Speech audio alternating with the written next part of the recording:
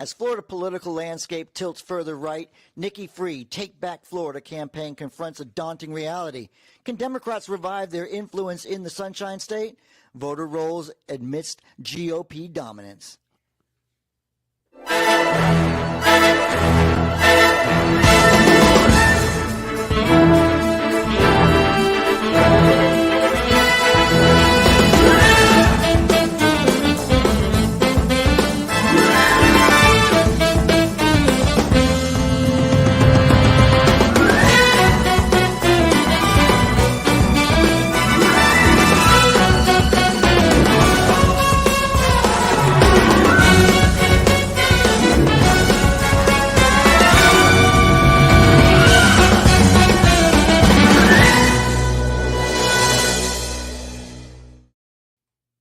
Florida Democrats, led by Nikki Fried, initiated the Take Back Florida tour to counter the recent surge in Republican voter registrations, marking the first time Republicans overtook Democrats in Florida.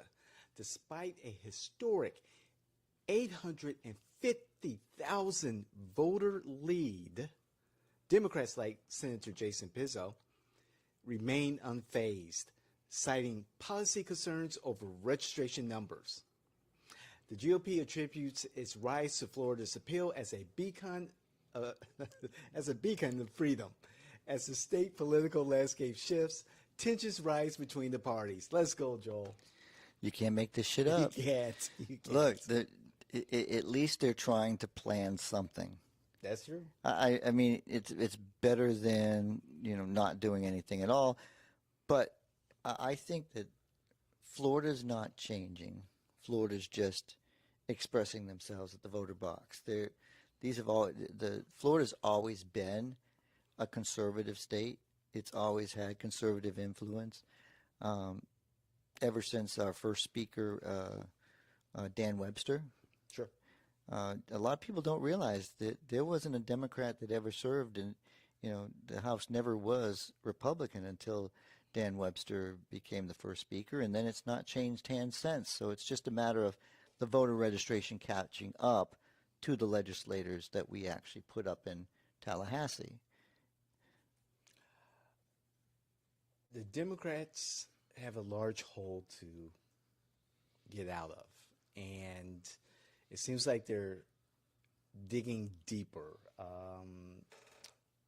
Just recently, Nikki Fried had to suspend three county party leaders for various reasons.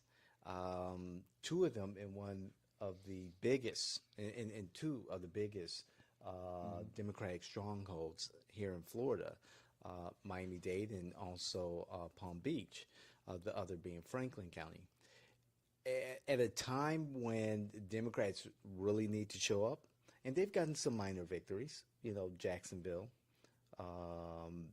House District 35, the special election there. However, with a nearly 900,000 voter registration deficit, that hole is really big. And it's just getting bigger. And again, it's because the Democrats have been leaning on their voter registration for so long. They have not been actively coming up with good policy. I mean, I think we win at the ballot box as Republicans when we actually talk policy.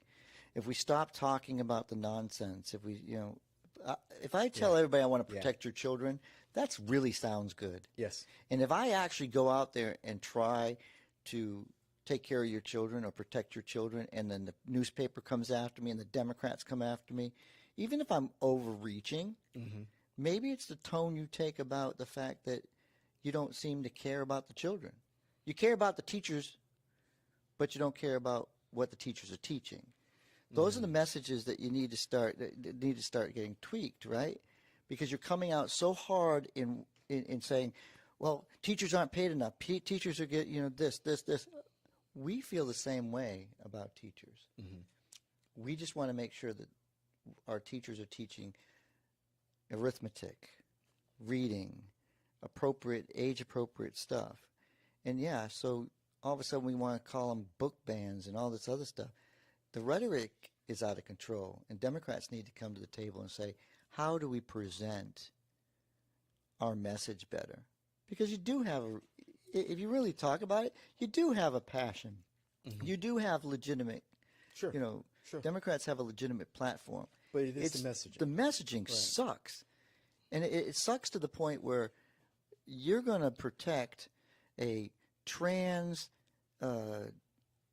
pedophile teacher, and I'm going a little far, but pedophile teacher over a child is what is being looked like, right? You walk into a classroom where you have a clearly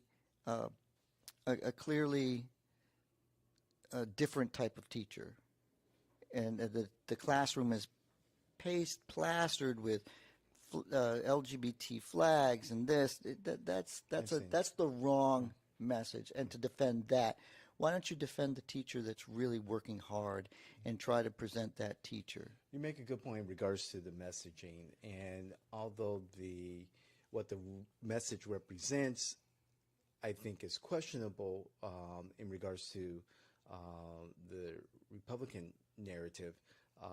However, the messaging is spot on when Republicans talk about protecting children. I mean, who doesn't want to protect their child or children in general?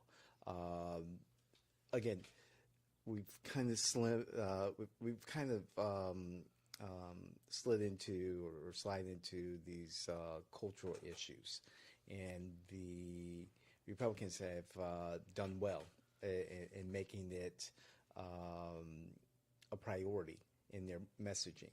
As far as the Democrats, it's going to take more than just messaging. It's not that difficult when you sit down and put some actual thought into it. You've got issues, and congratulations to the Republicans for growing their registration numbers. I think you have to give some credit, not just to the current chair, Evan Powers, but definitely the previous chair, Chairman Christian Ziegler, to build this impressive advantage over the Democrats. But the Democrats, they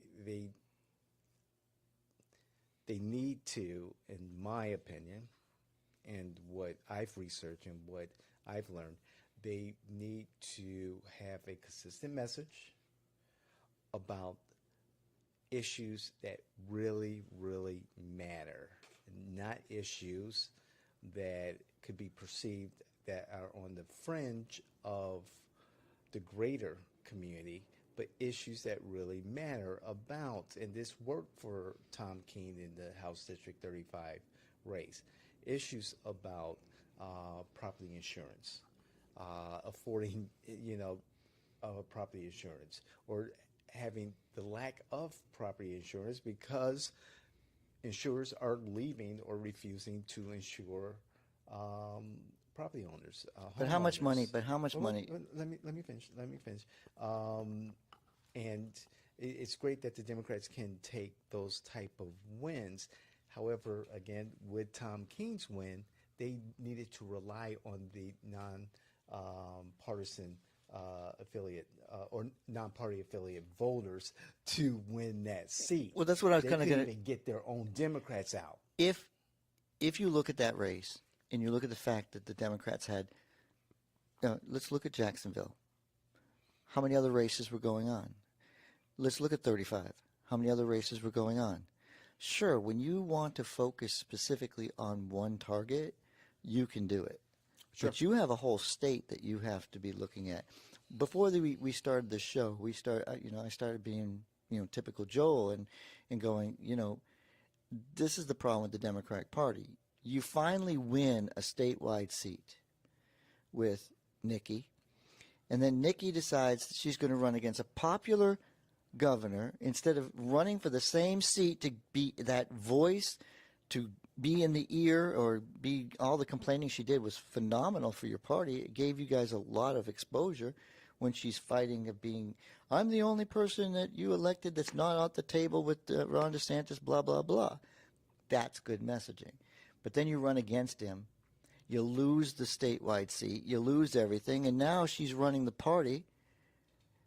Sure, she's trying to clean it up. She's trying to get in there. That's great. But she can only focus on a small portion. As we talked last year, early, and we discussed this on this show, the David Washington show, what the Democrats needed to do to regain some sense of respectability here in Florida. And I put together a 20-point plan. It's still out there. Go, review the video on what Democrats need to do locally and statewide to be prominent again, to be serious. And the suspension of 3 party chairs, local party chairs, does not help. We recently here in Orange County, we had a party chair resign, and the Democrats scrambled. Well, you called to that. get You called that one too. You said, "Hey, it's great that this person became the chair. How long will that person last?" And exactly what you called it. Mm-hmm. But again, let's talk about Wes Hodge. Let's talk about Wes Hodge. Okay, yes, Wes Hodge okay. ran the party, and it was unusual that he, followed himself. Because usually you don't have 2 terms. Right. And now he's decided that he wants to be the supervisor of elections. Mm-hmm. It's like, okay, well, you have been successful in Orange County only because of your registration numbers. I don't think that Wes Hodge did anything for messaging. I don't think he did anything to grow your party. Mm-hmm. I've been to your party meetings. They're not very large. Mm-hmm. For a county that has this many Democrats, you should be having elections for seats because you have so many people wanting to be part of your party. That makes no sense that you have such a small group of people making, it's almost like, why do I need to go to my party meetings? What vests me in going to a party meeting when the party doesn't seem to be doing anything other than hopefully we have more Democrats, so we're going to win that seat.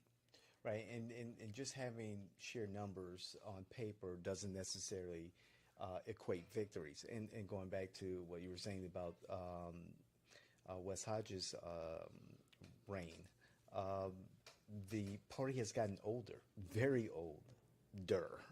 And I know that the current chair, Samuel Viches Santiago, is making a concerted effort to bring in a younger demographic. That's going to take time. It's going to take a lot of time. And can the Democrats locally and statewide, can they take that time to look at their infrastructure and say, hey, we do need to do something drastic in order to be relevant again? Well, I think there's another place that you don't really look.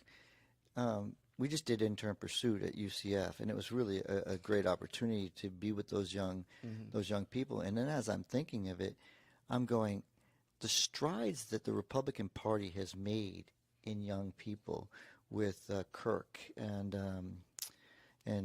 these, Candace Owens and a group of young people have done so much to empower the message with young people. Mm-hmm. I mean, it's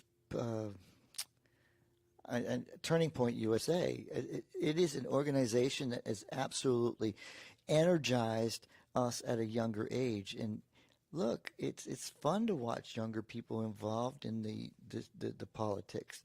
It's great to see them come out. I might not agree with their policies, but the younger Republicans are growing, and I think that Democrats are getting older.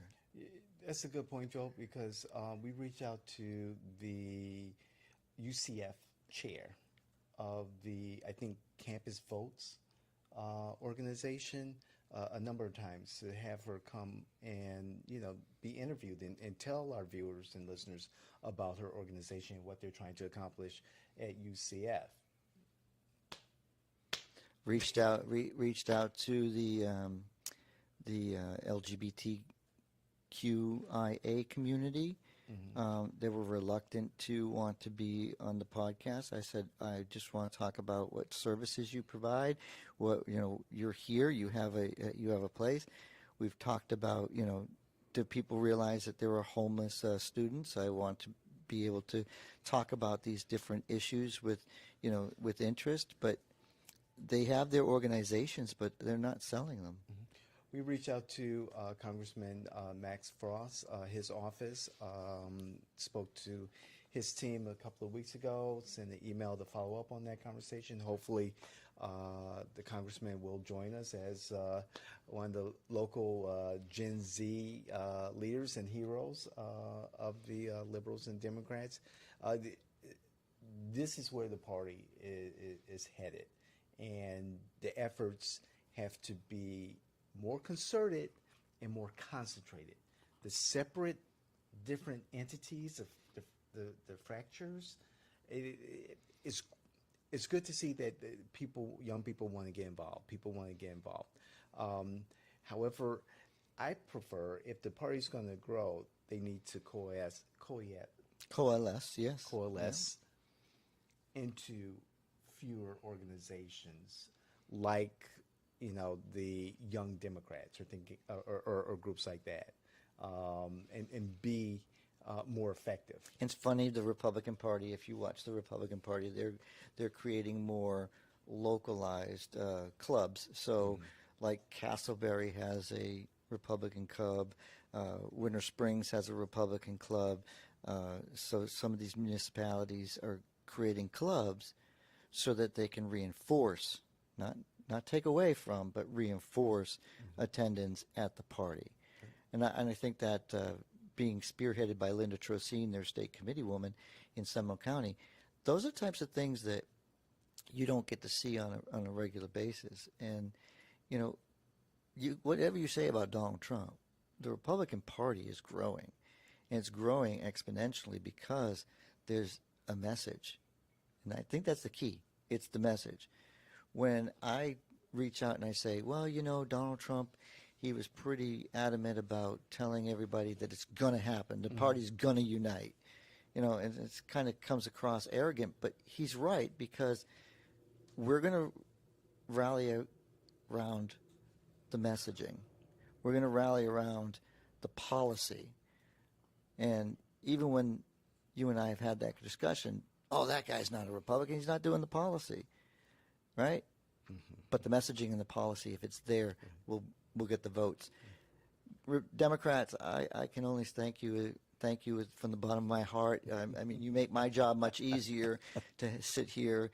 David wants to club me over the head, but you guys seem to disappoint him sometimes. But listen, keep on going. Make it smaller, not bigger, and you'll do much better, because you'll be able to control everything. And we know what we're talking about, this youth movement. I mean, before we expanded our team, the median age of J&W was at 53. Now it's 19 because of all the young people that's on our team. Okay, not 19, but they are much older. About 23. Exactly. So, we know that. Well, the more women you have, you'll never know what the actual number is. That's true. But, we do appreciate Aaron, who's on our board right now producing, of course, Danielle, Angelina, John, Kellen, Zach, Dan, Kendall, Nas, all the young people that have made us successful. Yeah, this weekend I'll be, I'm personally take down the UCF podcast and start working on that, splicing it, getting it together, get it to these young people so they can put it out there. You will be amazed. You'll be so excited to see the young talent that UCF has. Let's try to keep them here. I'm talking to you out there that you're peeking and you're saying, I need some help. I need to grow my business. I need to grow my talent. Good point. Look, University of Central Florida, they're going to graduate and they're going to leave. They're going to go to New York. They're going to go to St. Louis. They're going to go to California. Chicago. They're going to go out there. They're going to stay away from no, they are going to go to Chicago, because there's going to be a race in Chicago. Now, listen, they're going to go to Chicago. They're going to go away from here because they're going to say cost of living is high down here and you're not hiring me, and they're hiring me elsewhere. So let's get out of the hospitality industry because we know we have businesses out there that are actually paying money. We have the metaverse, and we have so much that people don't even know about our community. Speaking of business, Joel, what are you working on?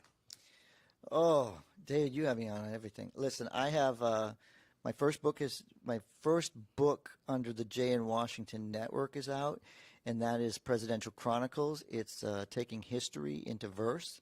If you do enjoy a little bit of poetry, learn about your presidents, and the poetry is going to make you want to learn something because you're going to take something and going to go, what does he mean by this? And it's going to open up the book. Give it to young people. I tried to make it, easy enough for people.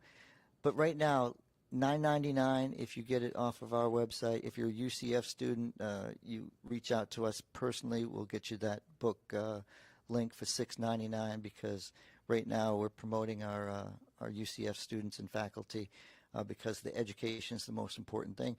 And that's only going to last until June. After that, it's $11.99. We have I'll have a book a month coming out. Bring America Together Again has been updated, and it has to be because, look, the political landscape is changing. Yes, indeed. And we do need to bring America together again. We also have deadly women. You want to hear about some of these, some of these women that have, we all know about the men that have killed all these mass murders. Like, let's talk about some of these women and why they did it. Mm-hmm. Some of them did it for good cause. Some of them did it for good cause, but it's still not killing is just not a good cause. But that was kind of fun. And then I got the one that's coming out about Titans, where we're going to talk about that the poetry is going to take Microsoft PlayStation against Xbox. And listen, you're letting me have a lot of fun with this. I hope that our readers out there.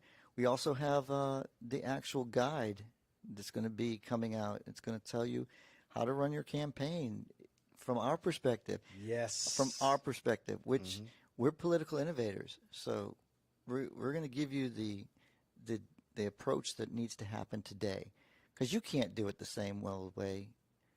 No. So, David, I appreciate that. We have a lot going on. That's just part of it. We had the Leadership Academy. Yeah. Right now, it's ready to go. We're just going to put the final touches on getting people to want to sign up and the marketing it out there, because we have so much talent out there. This is a political season. I'm excited about that. But you guys have, the network alone. I mean, it's grown so big that you have things going on, David, with United Voice. I think about young people. I think that's something you need to be starting to talk to our audience about, unveiling that next step in the innovation and political world, bringing those connections.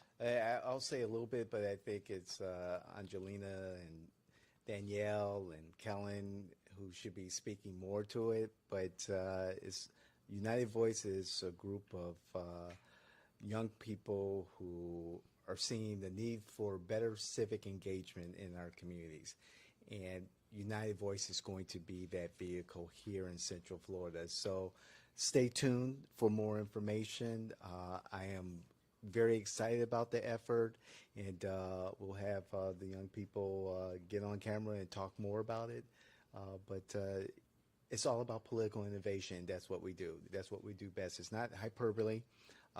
We take unique approaches, proven unique approaches to winning strategies. So you want to take us out? One more thing. One of the things that I thought was really powerful, and I want to share with the audience before we go, is at University of Central Florida, it was so easy for me to do the show with these young people, because the question is, what's in it? What is it? What's in it for me to be an intern with Jay in Washington? And I said, well, you'll be an intern for the University of Central Florida. You'll be an associate if you get with Jay in Washington, because we're going to give you a project. we're going to have you take that project from beginning to end, and that's going to be your project. And the talent and the things they come up with, UV and all the stuff that you're talking about, because they have something that they make the decisions. We're not in their way. And David runs a very specific way with these teams, and I'd like to share that because it's the way he's going to work with your campaign. You know, we're not afraid to fail, right? But we don't fail at the same thing twice. Yep. And when we make a mistake, we're quick to find out that we have made a mistake and make sure that we correct it quickly so that we don't have a project that fails at the end. Please be involved in the newsletter too. But like, share, comment, tell us that we're full of it if you want to. But as long as it's fact and not feeling, we appreciate it. Thank you. We're out.